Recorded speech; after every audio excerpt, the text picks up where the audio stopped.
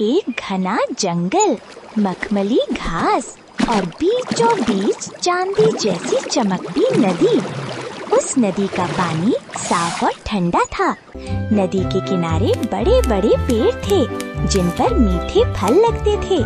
वहाँ रहता था चिंटू खरगोश, कद छोटा, कान लंबे, लेकिन दिमाग मानो सुपर कंप्यूटर। तभी पेड़ की ऊंची डाल से मिट्ठू तोते ने पंख फड़फड़ाते हुए आवाज दी। ओए चिंटू, यहाँ पेड़ों पर सड़े हुए फल ढूंढ रहे हो? कभी नदी के उस पार भी नजर दौड़ाई है? वहाँ ऐसी लाल सुर्ख गाजरें उगी हैं कि एक बार देख लो तो बस देखते रह जाओ। गाजरें? वो भी लाल वाली? मिट्टू भाई, मजाक तो नहीं कर रहे? मजाक नहीं भाई, हकीकत है। लेकिन वहाँ जाने का मतलब है अपनी जान जोखिम में डालना। उस ठंडे पानी में भोपू मगरमच्छ घात लगाए बैठा रहता है। वो तुम्हें गाजर समझकर ही कटक जाएगा। चिंटू की आंखें गाजर का नाम सुनते ही ऐसे चमक उठी जैसे रात में जुगनू। उसने अपने पेट पर हाथ फेरा और मन ही मन बोला, उफ, स्वादिष्ट गाजरे। बस नाम सुनाए और पेट में चूहे कुश्ती लड़ने लगे। लेकिन रास्ता, वहाँ तो वो मगरमच्छी मुसीबत भोपू बैठा है। अगर डर गया तो गाजर क्या, घास भी नसीब नहीं होगी। चिंटू बेटा, अब गाजर खानी है तो मगरमच्छ से दोस्ती तो करनी ही पड़ेगी। चिंटू नदी के किनारे पहुँचा। पानी सच में ठंडा और साफ था, लेकिन तभी पानी के बीच दो बड़ी बड़ी आंखें ऊपर आईं। वो था भोपू, जिसके दांत देख किसी के भी पसीने छूट जाएं। आओ आओ नन्हे दोस्त, पानी बहुत ठंडा है। एक डुबकी लगाओगे क्या, या मेरा दोपहर का नाश्ता बनना पसंद करोगे? अरे भोपू भाई, सादर प्रणाम। क्या हाल चाल है? आज बड़े चमक रहे हो, क्या बात है? पानी में कोई नया साबुन इस्तेमाल करना शुरू किया है क्या? ओए खरगोश के बच्चे, तू मुझे भाई बोल रहा है, और वो भी इतनी पास खड़े होकर। तुझे पता भी है मैं कौन हूँ? तुझे मुझसे डर नहीं लग रहा? अरे भोपू भाई, डर कैसा? आप तो जंगल के सबसे हैंडसम और समझदार जीव माने जाते हो। डरते तो वो है जिन्हें आपसे बात करने की तमीज नहीं होती। मैं तो आपके लिए एक बहुत बड़ा ऑफर लेकर आया था, पर लगता है आप अभी बिजी हो। ए छोटे, तू अपनी हद भूल रहा है। इतने करीब आकर मुझसे ऐसी मीठी बातें कर रहा है जैसे हम बचपन के दोस्त हों। तुझे पता भी है मेरे जबड़ों की ताकत। एक बार बंद हुए तो तेरा नामो निशान तक नहीं बचेगा। तुझे डर नहीं लगता? डर? अरे भोपू भाई, डर तो उन्हें लगता है जिनके पास छिपाने के लिए कुछ हो। मैं तो आपके लिए खुशियों का खजाना, मेरा मतलब है एक बहुत बड़ी गुड न्यूज लेकर आया हूँ। अब आप कहें तो बताऊं, वरना मैं वापस चला जाता हूँ। अच्छी खबर मेरे लिए? इस जंगल में शिकारी और शिकार के बीच अच्छी खबर कब से होने लगी? जल्दी बोल, क्या बात है? दरअसल भाई, मुझे खुद जंगल के महाराजा शेर सिंह ने आपके पास भेजा है।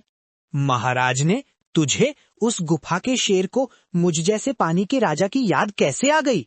कहीं तू मुझे फंसाने की कोशिश तो नहीं कर रहा? अरे नहीं भाई, महाराज बहुत खुश हैं। वो इस साल का ग्रैंड फॉरेस्ट रिवॉर्ड देना चाहते हैं। वो जानना चाहते हैं कि इस नदी में कुल कितने बहादुर मगरमच्छ रहते हैं, ताकि उन सबको शाही दावत और बड़े बड़े इनाम दिए जा सकें। उन्होंने कहा, चिंटू जाओ और हमारे मगरमच्छ भाइयों की गिनती करके आओ। इनाम और शाही दावत का नाम सुनते ही भोपू की आंखों में लालच के लट्टू जल उठे। उसकी डरावनी आंखें अब चमकने लगी थीं। इनाम? सच में? क्या दावत में ताजा शिकार भी होगा? अरे वाह! चिंटू छोटे, क्या तू सच कह रहा है या ये तेरी कोई नई चाल है? हाँ भोपू भाई, इनाम तो पक्का है, लेकिन महाराज का सख्त आदेश है, एक भी मगरमच्छ गिनती से छूटना नहीं चाहिए, वरना इनाम हाथ से निकल जाएगा। अरे तुम चिंता क्यों करते हो छोटे, मैं अभी पूरी फौज खड़ी कर देता हूँ। ओए कालिया, ओए जब्बार, सब बाहर आओ, आज हमारी किस्मत खुलने वाली है। देखते ही देखते नदी का पानी खौलने लगा और दर्जनों डरावने मगरमच्छ सतह पर आ गए। अरे बाप रे, इतने सारे! ऐसे तो मैं गिनते गिनते थक जाऊंगा। एक काम कीजिए, आप सब इस किनारे से उस पार तक एक सीधी लाइन बना लीजिए। मैं आपकी पीठ पर उछलते हुए फटाफट गिनती पूरी कर लूंगा। सारे मगरमच्छ लालच में आकर एक कतार में बिछ गए। चिंटू ने पहली छलांग लगाई। चिंटू एक एक कर सबकी पीठ पर टप्पे खा रहा था और मगरमच्छ मन ही मन शाही दावत के सपने देख रहे थे। जैसे ही चिंटू ने आखिरी मगरमच्छ की पीठ से किनारे पर छलांग लगाई, वो जोर जोर से ठहाके लगाकर हंसने लगा।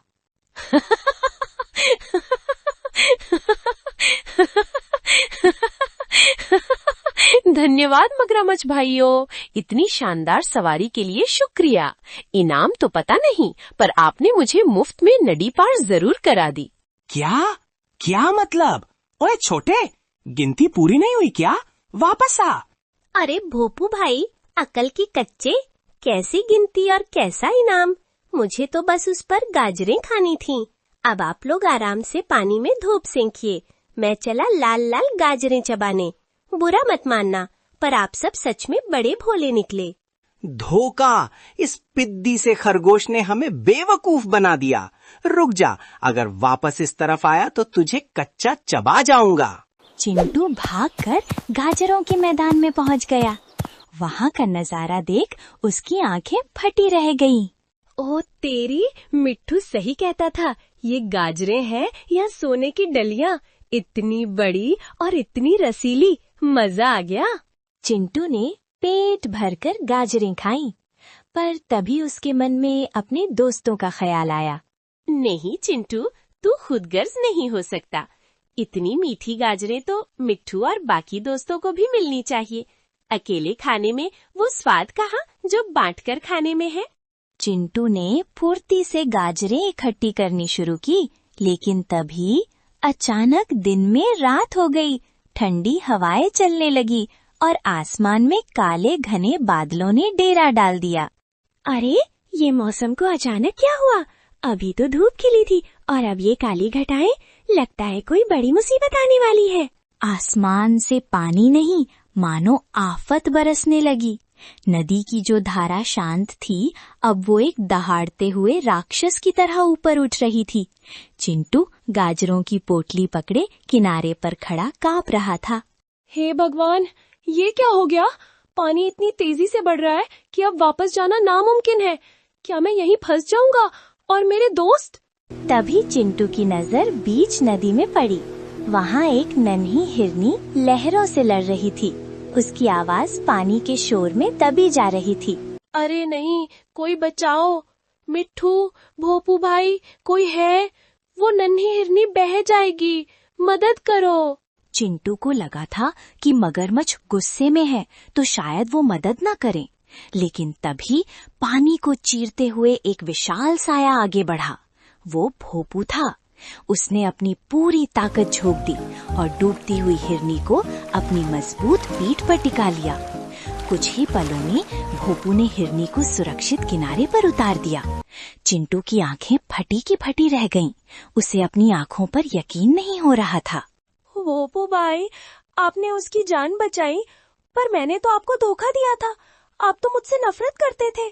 देखो चिंटू, मुझे गुस्सा जरूर था क्योंकि तुमने मेरा मजाक बनाया, लेकिन भूख और गुस्से से भी बड़ा एक धर्म होता है, जान बचाना।